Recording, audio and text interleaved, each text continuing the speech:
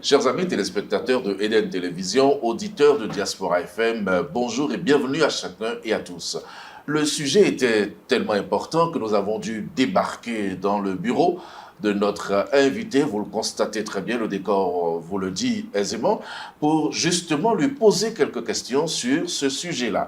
Nous sommes tous préoccupés depuis plusieurs mois maintenant par la fermeture de la frontière entre le Bénin et le Niger.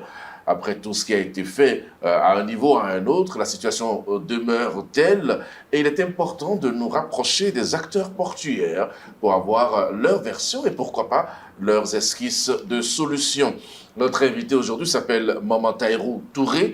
Il est administrateur des transports, commissionnaire agréé en douane, président directeur général de la Société internationale des transits Touré, SIT. Avec lui, nous parlerons justement de ce sujet. Le thème, la crise Bénin-Niger vue par la communauté portuaire. Voilà, mesdames et messieurs, le décor ainsi planté. Je m'adresse maintenant à notre invité, M. Tahirou. Bonjour. Bonjour, monsieur le journaliste. Merci de nous recevoir dans votre bureau pour cet entretien. Vous êtes les bienvenus, monsieur le journaliste. D'accord. Alors, vous avez suivi la crise, ou vous continuez de suivre la crise qu'il y a entre le Bénin et le Niger. En tant qu'acteur portuaire, comment voyez-vous cette situation? Voilà, comme vous le dites, monsieur le journaliste, c'est une situation que nous vivons. C'est nous qui le vivons de la manière la plus immédiate. Comme vous comprenez, depuis juillet jusqu'à maintenant, ça fera bientôt 11 mois. Oui. Nous sommes vraiment dans une déception totale. Le moral est bas à tous les niveaux. Le moral est bas à tous les niveaux. Est-ce que sur la plateforme portuaire, les choses se passent normalement? Bon, quand vous dites normalement, pour nous, ce n'est pas normalement. Ce n'est pas normal parce que quand vous avez des clients comme le Niger, le Mali, le Burkina Faso, qui constituent environ 60% de votre volume, qui s'en vont d'un seul coup, eh bien, on ne peut pas dire que ça va normalement. Et ça ne va pas, parce que nous sommes tous touchés. Mais qu'est-ce qui ne va pas? Dites-nous. Bon, ça ne va pas parce que cela que, vous comprenez, vous avez des partenaires, vous avez 3 grands partenaires avec qui vous êtes en coopération tout le temps depuis des années, Ouais. plus de 60 ans aujourd'hui, et qui du coup disent, bon, maintenant qu'ils ne sont plus avec vous, eh bien, ils s'en vont avec leur volume d'affaires qui vous amenaient. Et le volume est important? Le volume est important, c'est ce que je dis. Donc, Donc, il y a 60% de tout le volume portuaire. Si nous sommes à 100% en considérant tout le port de Cotonou, eh bien, tous ces 3 pays font 60% à eux seuls, desquels le Niger, lui, seul à 40%. 40%. Vous comprenez? Ouais. L'enjeu est très grand et puis, monsieur le journaliste, nous sommes déçus. Nous sommes dans un désarroi terrible, ça fait bientôt 11 mois.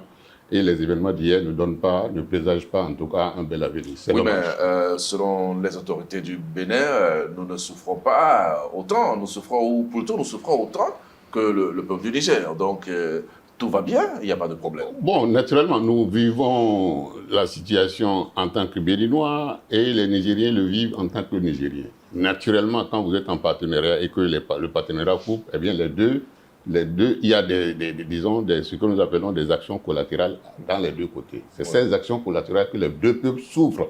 Naturellement, le corridor du Bénin jusqu'au Niger, le corridor du Bénin jusqu'au Burkina, le corridor du Bénin jusqu'au Burkina Faso, eh bien, tout ce peuple-là qui faisait ce corridor, qui vivait de ce corridor, eh bien, ils souffrent naturellement. Oui. Du même côté, du côté de ces 3 pays aussi, chacun souffre. Mais ceux qui souffrent le plus sont ceux-là qui sont, disons, qui ne vivent que de ça à 100%. D'accord. C'est nous, ça. Donc, vous voulez dire que nous souffrons plus que le Niger, c'est ça? Nous souffrons beaucoup plus que le Niger, absolument. Ah bien, la preuve, quand nous parlons par exemple de transport, ça veut dire qu'il faut transporter des marchandises au départ du port de Cotonou à cette destination. S'il n'y a pas de marchandises, vous ne transportez pas, vous êtes garés. Eh bien, on est tous garés. On est tous garés. Le peu qu'il y a aujourd'hui, donc qui nous fait vivre, Carin-Cara, c'est pratiquement le trafic du Bénin, tout court, qui à lui seul ne fait pas faire la paix, naturellement. Donc, beaucoup d'opérateurs économiques ont garé. Donc, si vous voulez, je peux aller dans les détails. Allez-y, c'était pas Vous bon. avez aujourd'hui les transporteurs qui ne transportent plus. Oui. Ça, c'est le premier. Les opérateurs portuaires tels que les sociétés de manutention qui ont réduit donc naturellement de 60% leur volume d'opération, donc 60% de leur chiffre d'affaires. Le port autonome de Cotonou lui-même, qui vivait de l'arrivée des navires, les navires ont été réduits, donc les chiffres d'affaires du port autonome de Cotonou sont aussi réduits. Allons à la douane, la plus grosse, eh bien, elle aussi, naturellement, a subi le coup. Ça veut dire que les recettes douanières ont aussi baissé, qu'on le veuille ou non. Voilà, donc la plateforme portuaire ainsi indiquée où tout le monde est pratiquement touché. D'accord. Mais est-ce que vous avez fait une action en direction des autorités du Bénin? Parce que vous êtes directement touché, comme vous le dites, mais vous ne vous croisez pas les bras, M. Taïrou. Ça, c'est vrai. Ça, c'est vrai, monsieur le journaliste. Nous ne sommes pas restés les bras croisés, naturellement. Qu'est-ce que vous avez fait? Et alors, qu'est-ce que nous avons fait? Nous nous sommes rapprochés de nos autorités immédiates. On leur a dit, bon, écoutez, nous, en tant qu'opérateurs économiques, les principaux touchés donc, par la situation, eh bien, il faut qu'on trouve une solution. Est-ce qu'on peut faire ci? Est-ce qu'on peut faire ça? Je crois qu'on pourra, en cours de chemin, vous dire quels sont les actes. Faisons-le en même temps. Alors, nous nous sommes déplacés donc en direction de nos autorités pour dire, bon, cette crise ne nous regarde pas, elle n'est pas née d'un cours de nos actions. Bon, vous comprenez, elle est née des actions purement politiques. Oui. C'est des actions purement politiques, donc au-dessus de nos têtes. La première action, c'est de voir, est-ce que les politiques peuvent mettre de l'eau dans leur vin?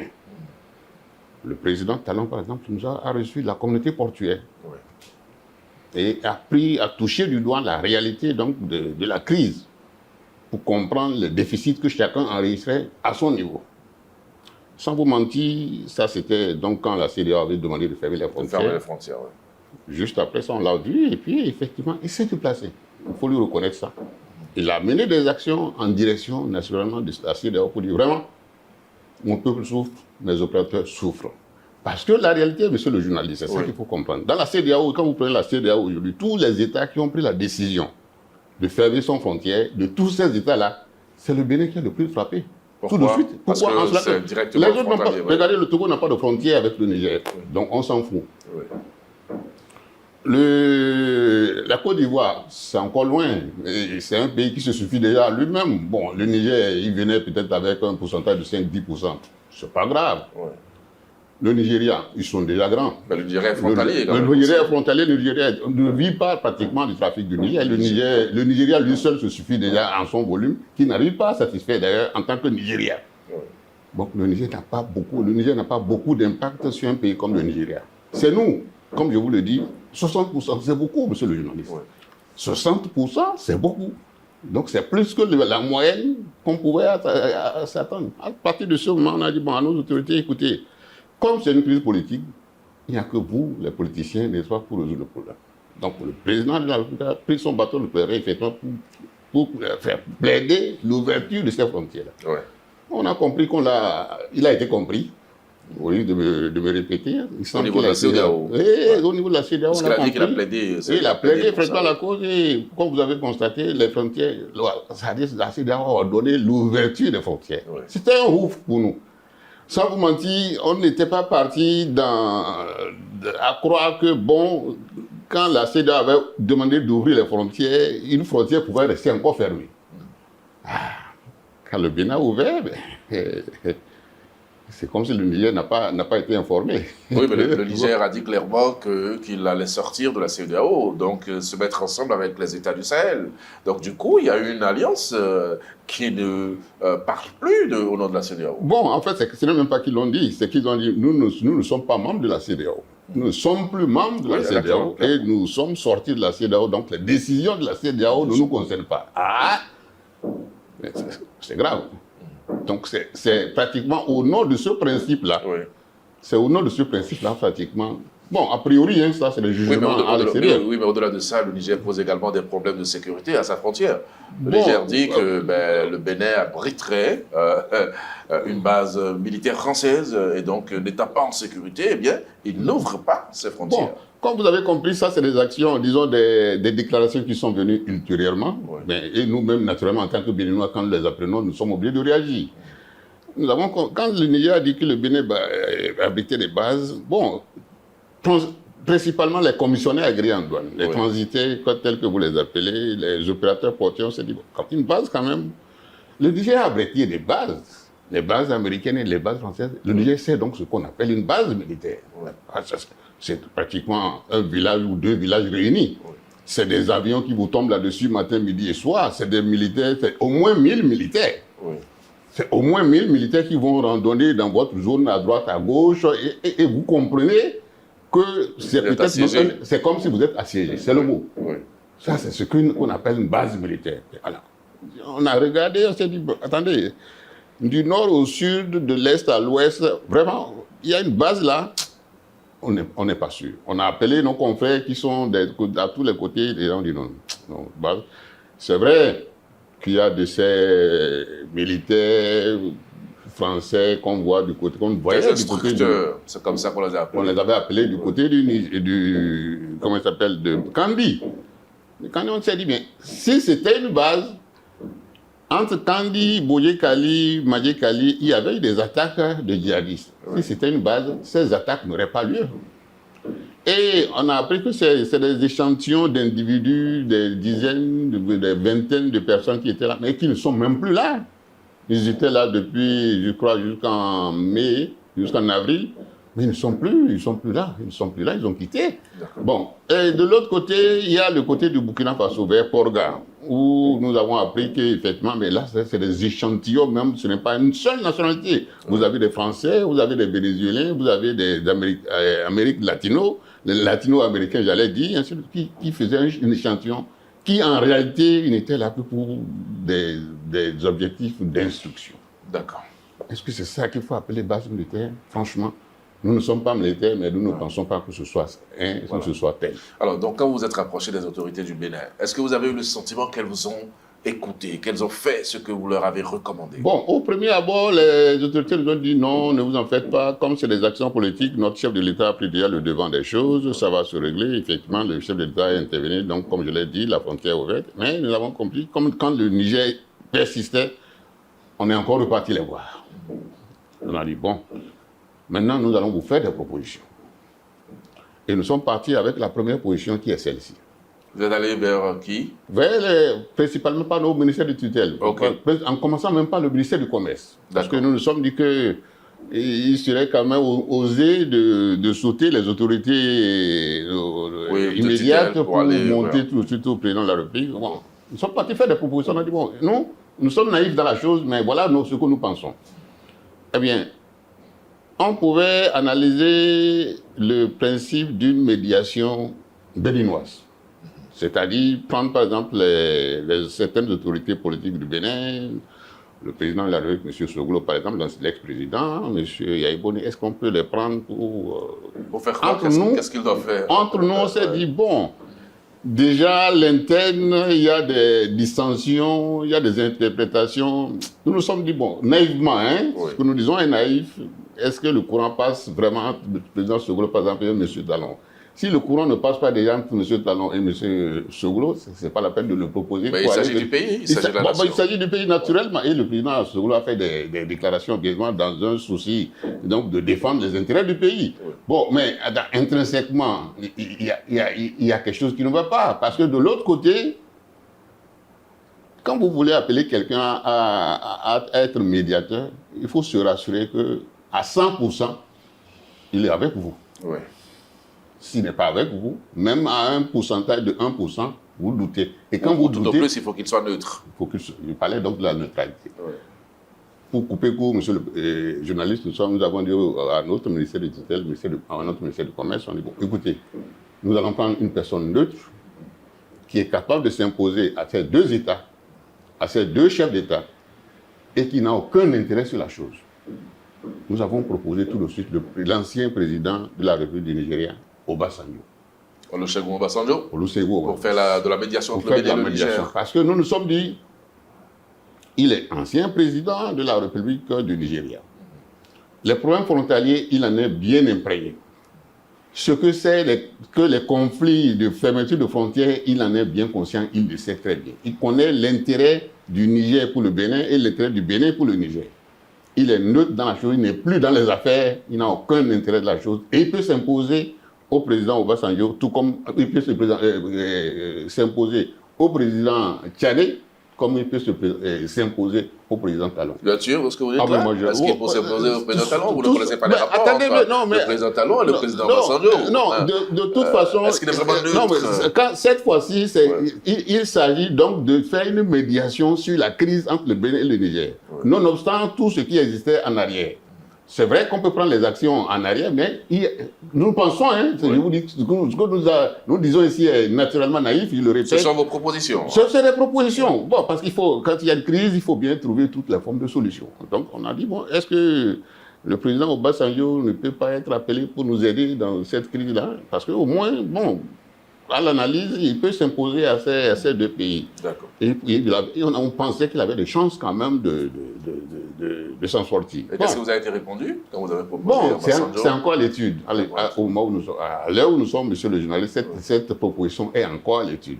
Parce que non seulement nous l'avons faite au niveau, en direction même du ministre, nous sommes revenus aussi au niveau de la Chambre de commerce et d'industrie du Bénin, qui regroupe, qui est notre maison, nous, les opérateurs économiques, pour dire, bon, écoutez, ça, c'est l'action, c'est les propositions des opérateurs économiques du Bénin qui sont venus auprès de leur chef de l'État pour leur faire des propositions en tant qu'opérateurs économiques.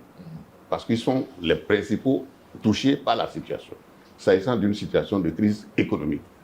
Bon, cette situation, disons, cette proposition est encore à l'étude. D'accord. Est-ce que le durcissement de la position du Niger qui refuse de recevoir le ministre en charge des mines n'est pas une réponse à l'embargo sur le pétrole du Niger concernant le pipeline? Oui, c'est vrai, vous le saurez si bien dit, monsieur le journaliste. Nous avons regretté effectivement qu'on en arrive encore jusqu'à la fermeture du pipeline. C'était pas une bonne décision? Non, bon, on n'en avait pas besoin, même si c'était bon. Il fallait attendre quand même. Les frontières, je disais qu'en termes de recettes, aujourd'hui de revenus, les frontières terrestres nous coûtent déjà beaucoup plus cher. Mais le pipeline, c'était beaucoup d'argent également que nous gagnons. La traversée du pétrole par le territoire béninois, c'est aussi une frontière. Mais comme vous le dites, pour nous, nous mettons ça en deux actions. Une action principale, une action secondaire. Le pipeline, pour nous, était une action secondaire dans tous les cas. Parce que la portion où la population béninoise et nigérienne était le plus touchée, eh bien, c'était les frontières. C'est déjà important. Quand on ferme déjà les frontières, c'est tout un corridor. C'est depuis Cotonou jusqu'à Manambie. Le pipe, effectivement, c'est sur la base encore des contrats qui existent. Bon, on pouvait réfléchir. De toute façon, on pouvait attendre pour les frontières, pour le pipe. Le pipe pouvait attendre, franchement.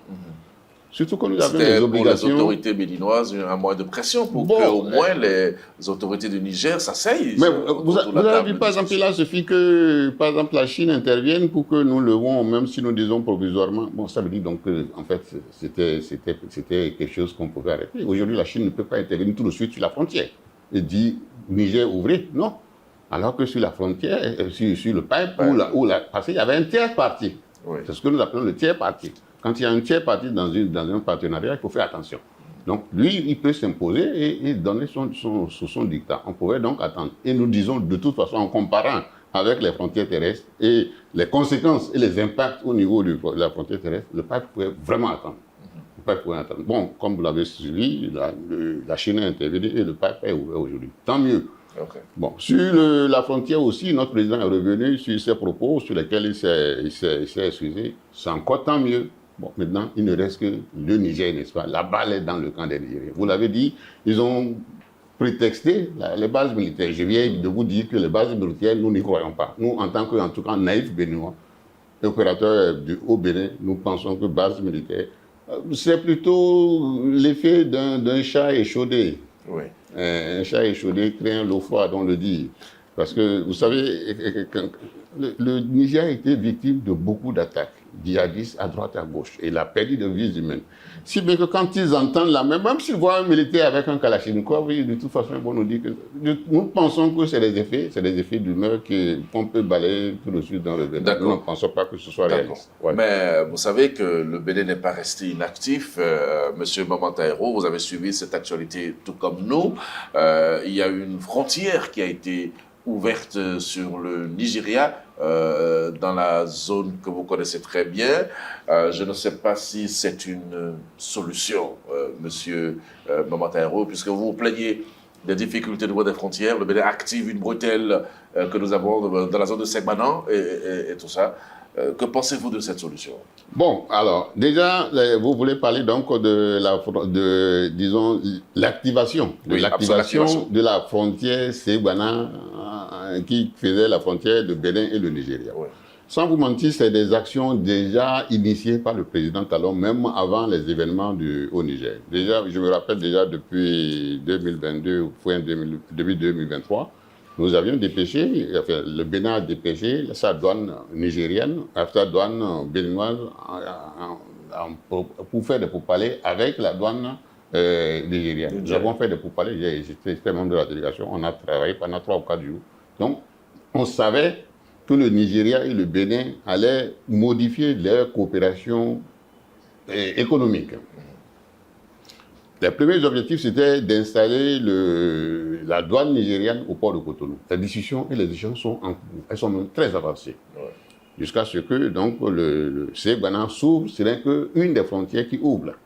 Toutes les autres frontières vont ouvrir. Donc en fait, c'était un projet qui existait. Il existait. Comme je le disais, ce n'est pas une ancienne frontière, enfin, ce n'est pas une nouvelle frontière. Elle existait et puis bon, on l'a activée seulement pour... Mais les autres frontières aussi vont ouvrir. Mais on nous présente cela comme une solution de contournement de la crise avec le Niger. Bon, il faut faire la part des choses. Il faut faire la part des choses. Comme je disais que c'était une ancienne frontière, cette frontière existe. Elle est pour les opérations commerciales entre le Bénin et le Nigeria. C'est d'abord ça. Oui. C'est vrai que ça peut être aussi un passage, un contournement pour aller aussi au Niger, mais ça va être plus long, plus cher. Et disons, le Bénin, je ne pense pas que le Bénin les accepte dans les mêmes conditionnalités que le corridor Bénin-Niger. Expliquez-le. Je m'explique. Oui.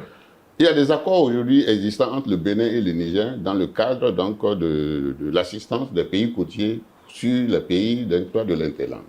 Et ça parle donc de zones bien précises, des corridors bien précis. Ils ont été spécifiés dans ces accords-là.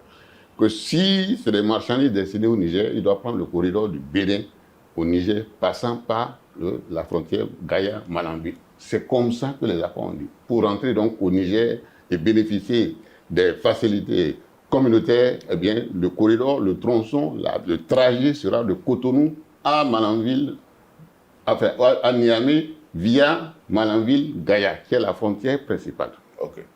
C'est ça les accords. Si le Niger dit qu'il veut venir prendre les marchandises du port de Cotonou pour les faire passer par Ségouana, contourner, rentrer d'abord, parce que quand ils passent par Ségouana, ça veut dire qu'ils vont prendre encore une certaine distance sur le Nigeria avant de contourner. Ce n'est plus la même chose. Même si c'est des marchandises destinées au Niger. Oui. Parce que ce n'est pas le trajet.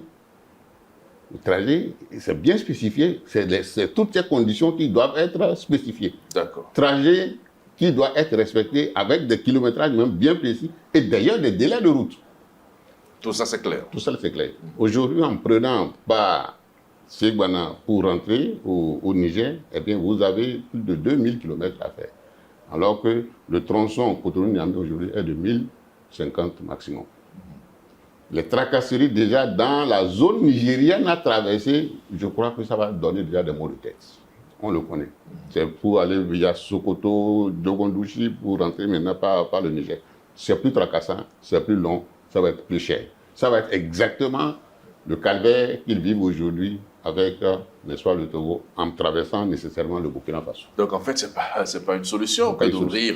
c'est ce que j'ai dit. Oui. C'est ce que j'ai dit. Quand vous prenez la République du Niger en tant qu'entité, des corridors, disons, les frontières qui l'entourent, vous avez que ce soit le nord du Niger, c'est-à-dire les régions d'Algérie et de la Libye, et de l'ouest du Niger, c'est-à-dire la Mauritanie, et de l'ouest aussi du Burkina Faso. Et vous prenez à droite, du côté est, qui est pratiquement tout le Nigeria, le seul corridor viable pour le Niger, c'est le corridor Bénin-Niger, à partir de Malanville. Il n'y en a pas deux. En termes de célérité, en termes de sécurité, en termes de coût et en termes de délai. Il n'y en a pas deux. Mais les populations semblent quand même être contentes de l'ouverture de la bretelle par Ségouana, puisqu'on a vu que le trafic a repris normalement. Non, attention. Tout ce que vous voyez là comme trafic, vous avez suivi ça dans les vidéos. Absolument. Dans les réseaux sociaux, exactement. Vous avez des défilés de camions. Ça, c'est le trafic intercommunautaire. C'est des marchandises qui tendent le Nigeria, qui traversent, qui vont au Niger, qui distribuent au Burkina Faso, ils partent au Bénin, c'est ça. Ça, c'est le transit, c'est le trafic communautaire. Des produits, donc vous avez des produits comme de l'oignon, des tomates, des sésames qui circulent pratiquement dans la sous-région, c'est ça. Mais ce n'est pas le trafic du port de Cotonou traversant pour rentrer au Niger. C'est différent. Donc il y a une différence. Alors, Monsieur Momotairou, nous sommes face à une situation compliquée, telle que vous l'avez décrite pour les acteurs portuaires. vous avez proposé quelques solutions, mais après, qu'est-ce qu'on fait concrètement dans une situation pareille? Il faut bien trouver. Monsieur le Président, il faut essayer toutes les solutions aujourd'hui. Je crois que c'est là où nous allons en arriver, puisqu'on est parti jusqu'à nous refouler notre ministre de l'énergie et de l'eau. Eh bien, il faut trouver une tierce personne, absolument. Et certains sont en train de dire la Chine. Oui, la Chine est un partenaire pour les deux pays. Oui. Bon, mais elle pourrait faire une médiation. Bon, elle pourrait. On peut l'essayer aussi.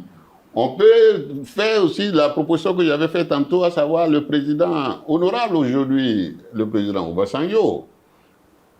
Bon, si nous essayons ça, bon, moi, au début des événements, on avait proposé M. Kémy Seba. Bon, c'est pas mal toujours de le prendre en compte. On ne sait jamais. On ne sait plus d'où le bonheur peut sortir.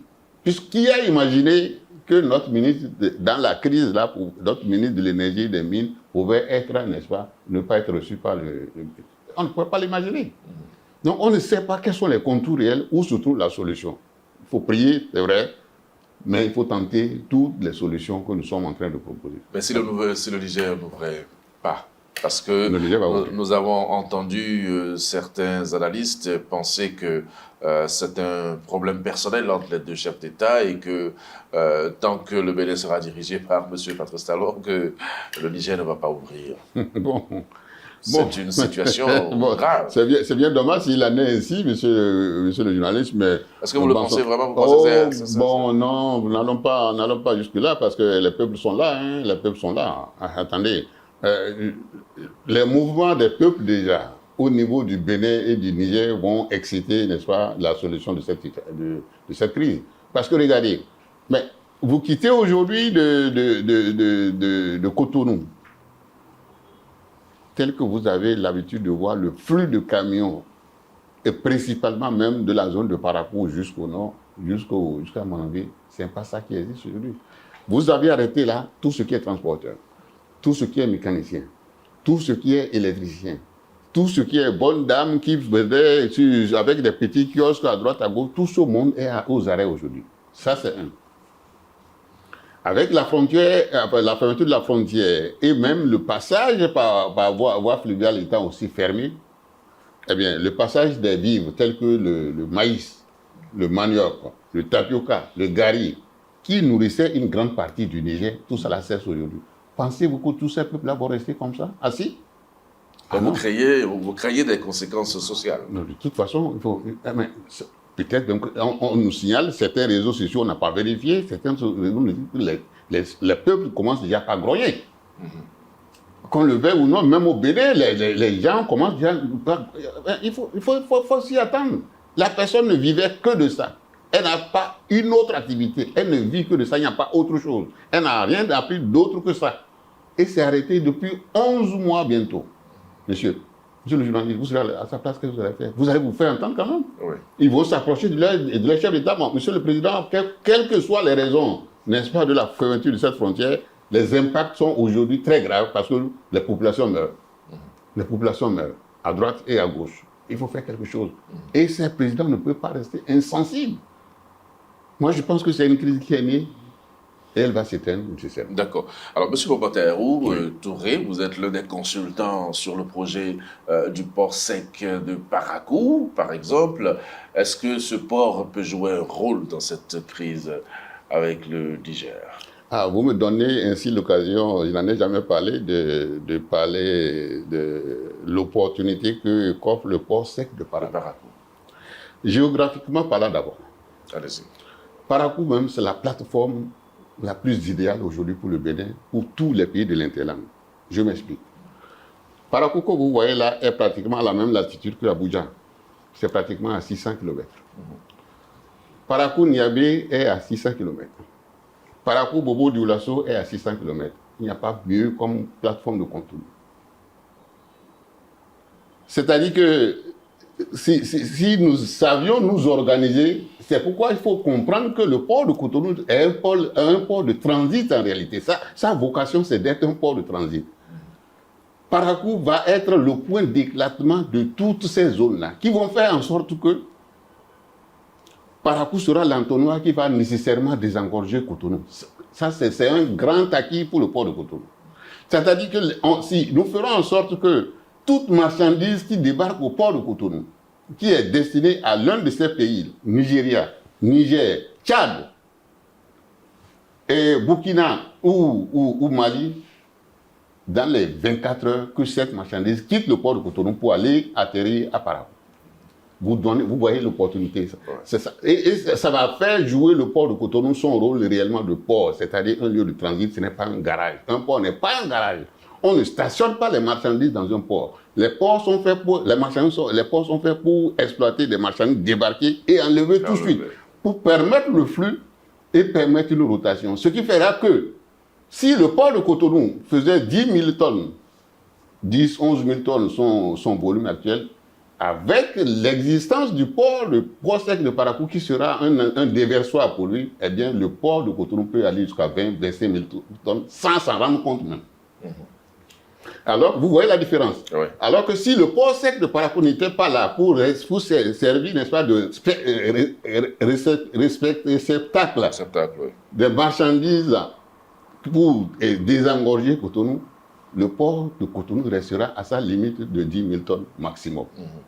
Ce qui serait, n'est-ce pas, regrettable. Donc c'est ça le premier intérêt donc, du port sec de Parakou, une zone géographique idéale qui pourrait être exploitée pour desservir tous ces pays et permettre le désengorgement du port, n'est-ce pas, de Cotonou.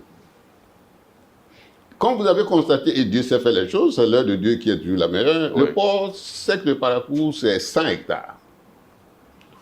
Pas totalement utilisé encore, c'est 100 hectares acquis et dont même 50 hectares sont, n'est-ce pas, mis en exploitation, desquels encore, il y a à peine 20 hectares qui sont aujourd'hui prêts à être exploités.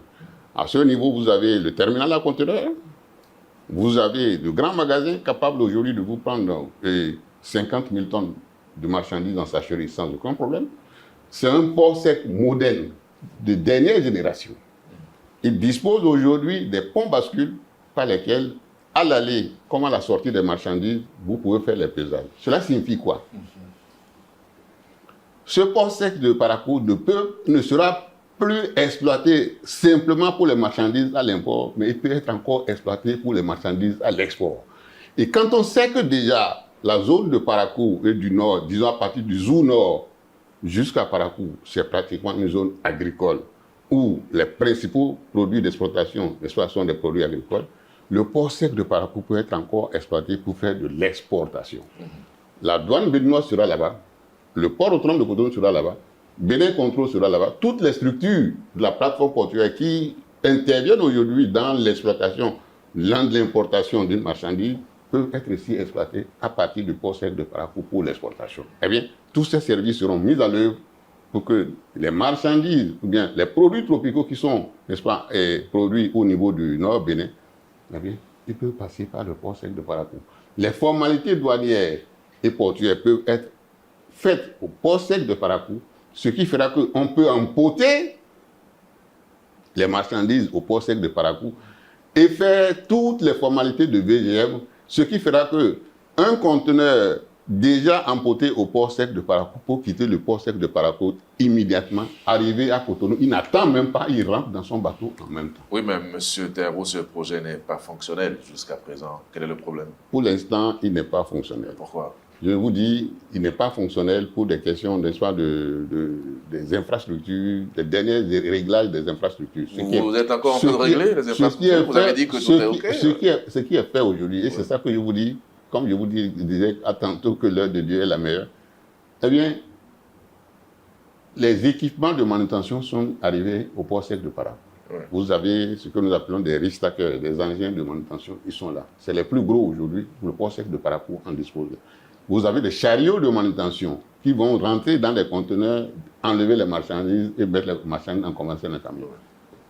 On avait planifié, écoutez-moi bien, monsieur le juge. Je vous suis. On avait planifié que août-septembre, on mettrait le port sec de Parakou en exploitation. Août-septembre 2024 2024, okay. Quand les événements du Niger sont arrivés. Or, vous savez, je ne l'avais peut-être pas dit, et on doit peut-être le comprendre, Un port sec est fait pour désengorger les ports maritimes et envoyer les marchandises destinées aux pays de l'Interland.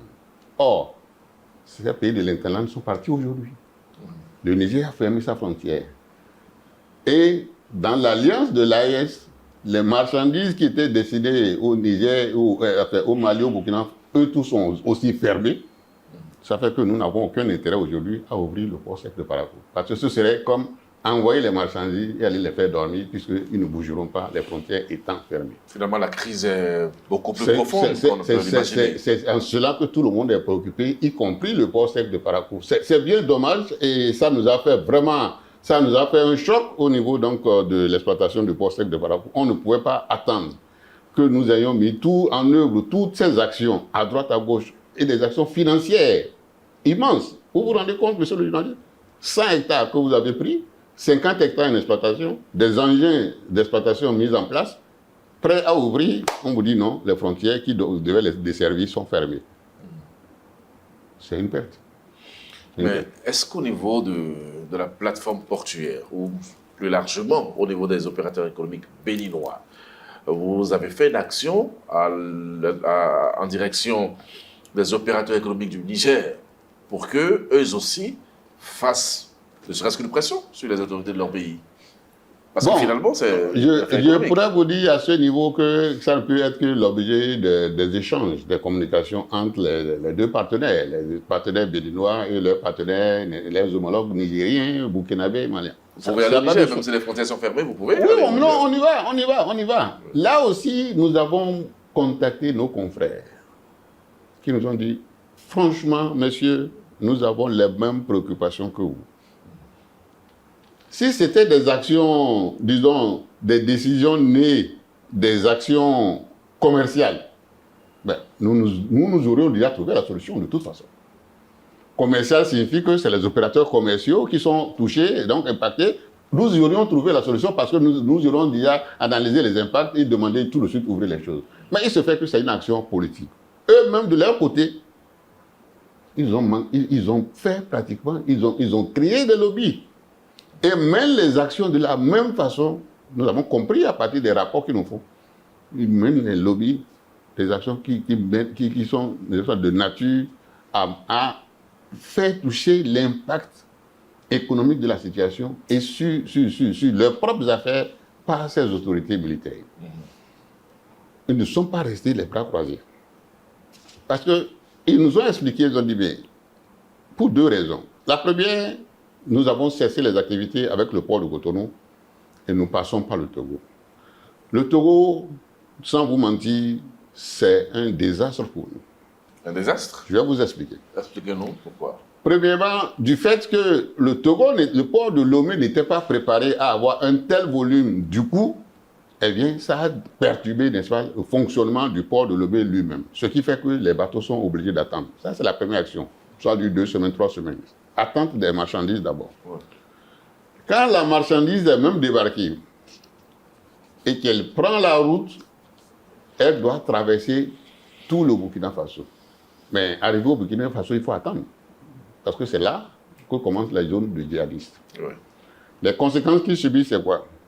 Parfois, le camion est attaqué, le camion est brûlé et la marchandise est brûlée. Ça, c'est la première conséquence.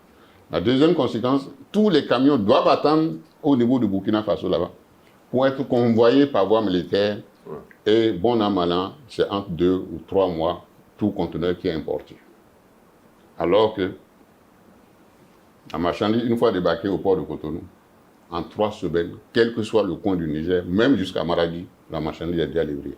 Vous comprenez, monsieur le journaliste, 3 semaines, 3 mois, il n'y a pas de chose. Ouais.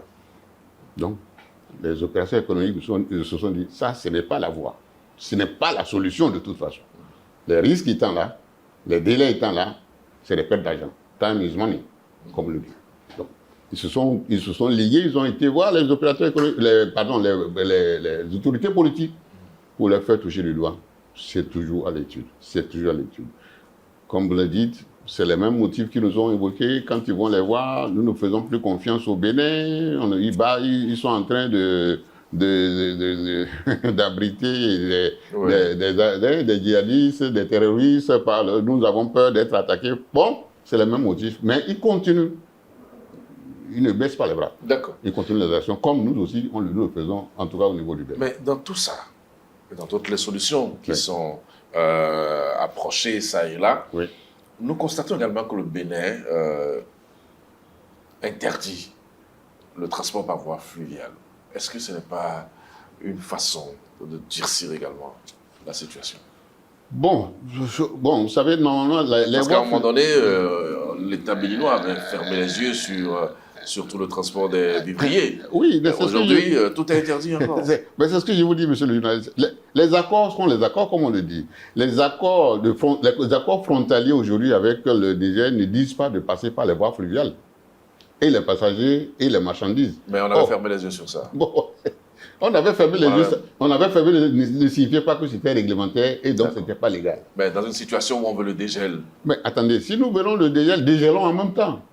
Puisque la principale voie et l'autoroute même qui est là, c'est la frontière. Le Bénin a ouvert de son côté. Si le Niger ouvre, il va ouvrir, on ouvre tout. On ouvrira tout. Donc vous appréciez cette décision d'interdiction de trafic par voie fluviale? Ce n'est même pas que j'apprécie, mais je trouve que c'est une logique commerciale aujourd'hui, une logique réglementaire. Parce que, imaginez, nous sommes un pays au budget essentiellement fiscal. Oui. Si nous devons laisser les choses passer comme ça par la frontière, par les fleuves et tout, mais nous serons perdants, nous serons les premiers perdants. Et ce n'est pas ça que les textes prévoient. Le Niger même le sait. Ce n'est pas que nous approuvons, mais nous disons que c'est le fil et l'aiguille. Le fil tire l'aiguille, l'aiguille tire le fil. C'est la logique aujourd'hui du gouvernement béninois qui aujourd'hui rentre dans des textes réglementaires existants entre le Bénin et le Niger. Pendant ce temps, qu'est-ce que vous faites? Vous ne faites pas d'activité, vous ne travaillez pas, c'est Mais ça? bon, parce que apparemment la solution ne vient pas de vous, donc... vous comprenez, nous subissons. Nous subissons, nous sommes les victimes collatérales de la situation. Moi, par exemple, j'ai dégraissé mon effectif de plus de 40%. Comment vous avez licencié des agents? Ah, mais suspendu. Je ne les ai pas licenciés. Et vous les payez quand même? Bon, suspendu signifie, bon, on leur donne quelque chose. Bon, je crois qu'il ne faut pas rentrer dans ces détails parce que la crise est là, c'est le genre. Oui, d'accord. Si vous, bon, oui. ils sont suspendus, une conséquence d'un fait qui ne dépend pas de nous. Ils s'en sont conscients. Parce que, voyez-vous, si vous faites, par exemple, 200 conteneurs, 300 conteneurs le mois et que vous êtes réduit à 5 ou 10, les charges étant là, incompressibles. Mais il faut voir là où on peut compresser certaines charges. Et quand ça arrive, c'est les charges salariales et d'autres charges peut-être qu'on est obligé de couper. Donc on a coupé les rations à tous les niveaux, on a coupé les rations au niveau des effectifs. Certains de nos confrères ont fermé. Carrément. Carrément, ils ont complètement fermé. Parce que, vous savez, en tant que logisticien, vous avez de ces commissionnaires agréés en douane qui ne font que, par exemple, le Niger, le Mali et le Burkina Faso. Ils n'ont plus aucune activité, ils n'ont aucune action sur le Bénin. Eh bien, quand ces zones-là sont fermées aujourd'hui, ils n'ont plus d'affaires, ils n'ont plus d'activité. Ils ont fermé. En attendant la réouverture des choses. Bon, nous sommes là parce qu'en dehors donc, de ces pays de l'Interland, nous avons encore certaines clientèles locales avec qui nous traitons aujourd'hui. Et naturellement, clientèle réduite, chiffre d'affaires réduit, eh bien, il faut réduire aussi les charges. D'accord. Nous sommes à la fin de cet entretien. Monsieur Boman Tahirou Touré, je rappelle que vous êtes administrateur des transports, commissionnaire agréé en douane et président directeur général de la Société internationale des transits Touré. Qu'est-ce que vous avez envie de dire pour conclure notre entretien? Alors, premièrement, je voudrais revenir sur le port sec de Parakou pour demander à chacun de garder sa patience. Nous avons cette certitude que dès que cette crise va passer, dès que les frontières vont ouvrir, eh bien, le port sec de Parakou ne mettra même pas 2 mois pour être réouvert. Et de s'attendre à ce que... Parce que j'entends aussi les actions de nos frères de Parakou qui sont toujours impatients. Oui. Naturellement, vous savez, les seules zones aujourd'hui d'activité commerciale aujourd'hui, c'est pratiquement l'aéroport de Tourou et le port sec de Parakou que tout le monde attendait depuis des années. Oui. Bon, je suis sûr que nous, le port sec de Parakou va ouvrir les 2 mois qui suivent après et nous allons faire les mêmes activités telles qu'ils le connaissent au niveau du port de Cotonou. Ça va être des activités surtout de manœuvrage, donc de transporteurs. Certains me disaient, bon, les émigrants aussi auront leurs affaires. Ce que je ne vous ai pas dit, Dites-nous. Le port sec de Parakou a été visité 3 fois déjà par les opérateurs économiques nigériens, qui l'ont si bien apprécié. Ils ont apprécié, disons, l'architecture qui est mise en place, comme en tant que port sec moderne, et ils le disent, quand nos marchandises arrivent à Parakou, ils sont déjà à la porte du Niger ou du Mali ou du Burkina Faso. Quand est-ce que vous allez ouvrir? Je leur lance l'information déjà que ce sera pour bientôt. Et comme ils le sentent, c'est chez eux que l'ouverture même va se faire. L'ouverture du port sec de Parakou dépendra de l'ouverture de la frontière du Niger. Donc, ce qui va certainement accélérer les actions que nous leur demandons de l'autre côté. D'accord. Merci beaucoup, M. Mamantairou. Merci d'avoir accepté de répondre à nos questions. C'est vrai que nous vous avons senti préoccupés par la situation entre le Bénin et le Niger, une situation qui nous préoccupe d'ailleurs tous. Ensemble, vivement que les solutions soient trouvées afin que le sourire apparaisse sur toutes les lèvres. Merci à chacun et à tous. C'était l'entretien du dimanche sur Eden Télévision et Diaspora FM. Comme je le dis souvent, dimanche prochain, ça va être un autre numéro, si Dieu le veut. Pour le moment, bon appétit à chacun et à tous et à dimanche prochain.